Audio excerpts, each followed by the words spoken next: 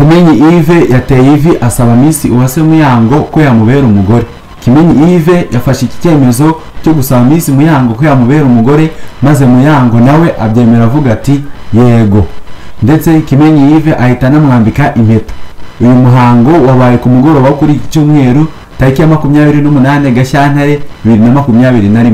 Kimenyi Yves afashe icyemezo cyo kwambika impeta Miss Muyango amusaba ko yazamubera umugore nyuma y'imyaka isaga 2 aba bombi bari mu rukundo rutajegajega.